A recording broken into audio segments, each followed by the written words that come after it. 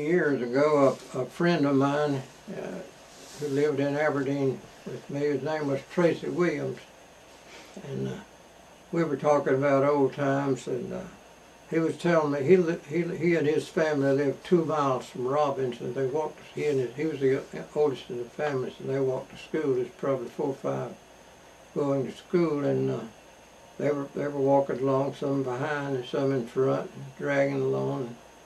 Wasn't very enthusiastic about what they were doing, and suddenly a Nabisco truck passed by, and it was those days when they had racks on top of delivery trucks where they stored their boxes, and by accident or otherwise a box fell off, and it was full of, we call them sweet crackers back in those days. It was full of cookies of various kinds, and my friend grabbed the box and took his little siblings with him. They ran down in the woods, and I looked around to be sure nobody was watching them, and they ate their little bellies full and hid the cookies under a brush pile and went on to school.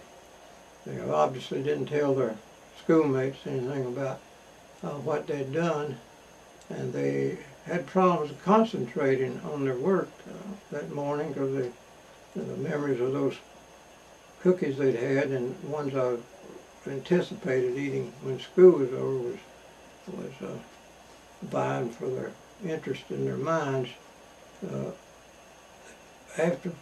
When the bell rang for lunch, what they had done is they'd emptied out they had their food in a lard bucket, and of course it was obviously just biscuits and meat or whatever they had in it.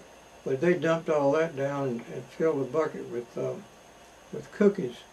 And so they didn't go to the normal place where they ate lunch.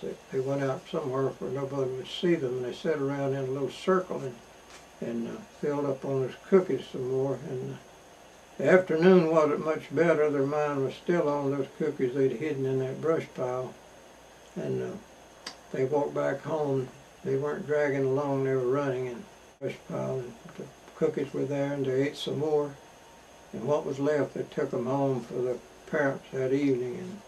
And according to my friend, that was quite a happy day for them. They obviously were pretty poor, and they didn't have cookies, I'm sure, that often. So that was an enjoyable time for them.